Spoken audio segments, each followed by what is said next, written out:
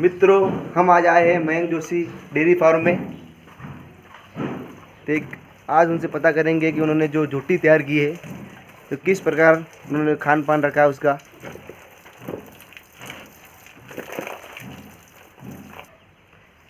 ये जो dairy farm है मयंक जोशी, देख लीजिए आप, उनके लिए एक फ्रिज की व्यवस्था की है उन्होंने।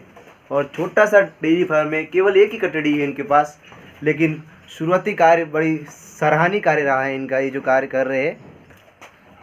हाँ, ये जो आपने झोटी तैयार की है, ये कितने साल की है?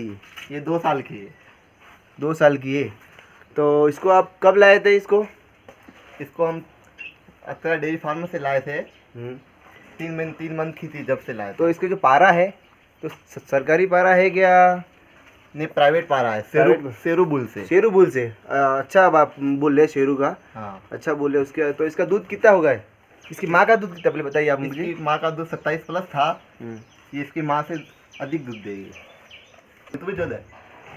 तो मैंने सुना है कि आप ये जो झोटी लाए हैं तो ये तो 3 महीने की ही थी। तो आपने इतना हेल्दी इसको कैसे बनाया बिना दूध के? 3 महीने आप ले आए तो 3 महीने तक इसने दूध पिया होगा, तो आपने इसकी इतने हेल्दी कैसे बनाया? मेरा मानना ये है कि पशु को कितना भी बाटा खिलाओ, 1 किलो 2 किलो पर लगातार खिलाना चाहिए। मैंने इसको 3 मंथ की लाने के बाद इसको मैंने 5-5 लीटर दूध पिलाया था गाय का।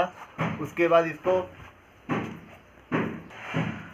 मयंक जी, भाई साहब थोड़ा इसको चला के बताओ, थोड़ी सी अडर क्वालिटी वगैरह देख लेते हैं क्या है इसकी चाल चलन।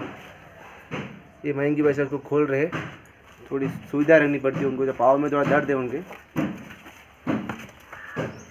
देखो, आप देखते हो इसकी जो थन क्वालिटी है, आप देख लीजिए।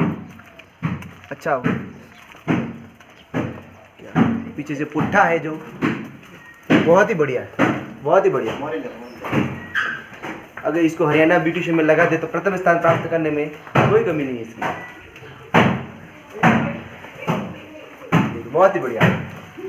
बस बस बस, आराम से हमसे। तो ये भी क्या गाभण है? क्या ये गाभण है? कितने महीने की? 2 महीने की। 2 महीने गाभण है। तो गाभण बुल से है क्या? किससे? भैंस से? किसके?